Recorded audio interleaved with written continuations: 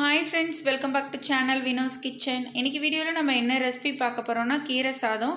ரொம்பவே டேஸ்டா இருக்கும். அதே சமயத்துல பண்றதும் ரொம்பவே ஈஸி. வாங்க எப்படி பண்றதுன்னு பார்க்கலாம். வீடியோக்குள்ள போலாம். அதுக்கு முன்னாடி சேனலை சப்ஸ்கிரைப் பண்ணாதவங்க ப்ளீஸ் சப்ஸ்கிரைப் பண்ணிக்கோங்க. பக்கத்துல இருக்க பெல் ஐகானையும் மறக்காம பிரஸ் பண்ணிக்கோங்க. ஸ்டவ் ஆன் பண்ணிட்டு கடாயில 3 டேபிள் ஸ்பூன் அளவு ஆயில் சேர்த்துக்கோங்க. ஆயில் நல்லா சூடானதுக்கப்புறம் 1/2 டீஸ்பூன் அளவு கடுகு சேர்த்துக்கோங்க. 1/2 டீஸ்பூன் அளவு ஜீரகம் சேர்த்துக்கோங்க. இதோட 3 பச்சை மிளகாயை 2 கட் பண்ணி சேர்த்துக்கோங்க. இதோட பொடியாக நறுக்குன கொத்தமல்லி இலை 1 டேபிள் ஸ்பூன் அளவு சேர்த்துக்கோங்க. 2 ஆனியனை மீடியம் சைஸ் ஆனியனை ஸ்லைசஸாக கட் பண்ணி எடுத்து வச்சுருக்கேன். அதையும் இப்போ இதோட சேர்த்துக்கலாம். இந்த மாதிரி ஸ்லைசஸாக கட் பண்ணிக்கோங்க. இந்த ஆனியன் நல்லா வதங்கி வரணும். ஒரு 2லேருந்து 3 நிமிஷம் நல்லா வதக்கிக்கோங்க. பாருங்கள், இந்தளவு நல்லா வதங்கினதுக்கப்புறம் 1 டேபிள் ஸ்பூன் அளவு இஞ்சி பூண்டு பேஸ்ட்டு சேர்த்துக்கோங்க.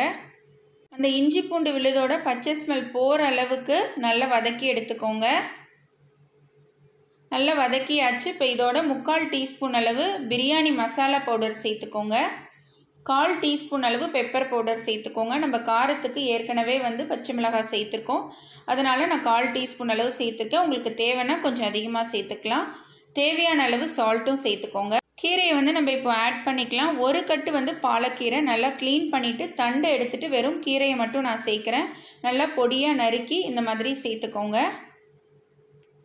கீரையை சேர்த்துட்டு நம்ம அதிக நேரம் வதக்க வேண்டாம். இந்த மசாலா வெங்காயம் எல்லாமே இந்த கீரையோட மிக்ஸ் ஆகணும். அதுக்காக நல்லா இந்த மாதிரி கலந்து விட்டுக்கோங்க. நல்லா கலந்து விட்டதுக்கப்புறம் நம்ம சாதத்தை சேர்த்துக்கலாம். இந்த 1 கட் அளவு கீரை நம்ம சேர்த்துருக்கோம். அதுக்கு 4 கப் அளவு சாதம் சேர்த்தா கரெக்டாக இருக்கும். நான் பச்சரிசி சாதம் சேர்த்துக்கிறேன். இந்த கீரை சாதம் நீங்கள் மேக்ஸிமம் பச்சரிசி சாதத்தில் செய்யறதுக்கு ட்ரை பண்ணுங்கள். ஏன்னா ரொம்பவே டேஸ்ட் நல்லாயிருக்கும். இப்போ 4 கப் அளவு சாதம் சேர்த்தாச்சு. நல்லா கலந்து விட்டுக்கோங்க. இந்த கீரையோட காரம் நான் முன்னாடி சொன்ன மாதிரி தான். நான் பச்சை மிளகாய் 3 சேர்த்துருக்கேன். பெப்பர் பவுடர் 1/4 டீஸ்பூன் அளவு சேர்த்துருக்கேன். உங்களுக்கு தேவைன்னா கொஞ்சம் நீங்கள் பெப்பர் பவுடர் கூட அதிகமாக சேர்த்துக்கலாம். நல்லா இந்த மாதிரி கீரையோட நல்லா மிக்ஸ் பண்ணி விட்டுக்கோங்க சாதத்தை. 2 டேபிள் ஸ்பூன் அளவு கீரை பேஸ்ட்டு சேர்த்துக்கோங்க. இது ஆப்ஷனல் தான். உங்களுக்கு விருப்பம்னா நீங்கள் இந்த மாதிரி பேஸ்ட் பண்ணி சேர்த்துக்கலாம். இந்த மாதிரி நம்ம சேர்க்கும்போது சாதம் நல்ல கலராகவும் இருக்கும். அதே சமயத்தில் நல்ல ஃப்ளேவராக இருக்கும். டேஸ்ட்டும் ரொம்பவே நல்லாயிருக்கும். கீரை பேஸ்ட்டை சேர்த்துட்டு இந்த மாதிரி நல்லா கலந்து விட்டுட்டு மூடி ஒரு 5 நிமிஷம் அப்படியே விட்டுடுங்க. இந்த மாதிரி மூடி நம்ம வேக வைக்கும்போது கீரை ரொம்பவே சாஃப்டாக நல்லா வெந்து வந்துடும். அந்த பச்சை ஸ்மெல் எல்லாமே போயிடும். 5 நிமிஷத்துக்கு அப்புறம் பாருங்கள், ரொம்பவே சூப்பராக நம்மளோட கீரை சாதம் ரெடி ஆகிடுச்சு. இப்போ ஸ்டவ் ஆஃப் பண்ணிவிட்டு நல்லா மிக்ஸ் பண்ணி விட்டுக்கோங்க.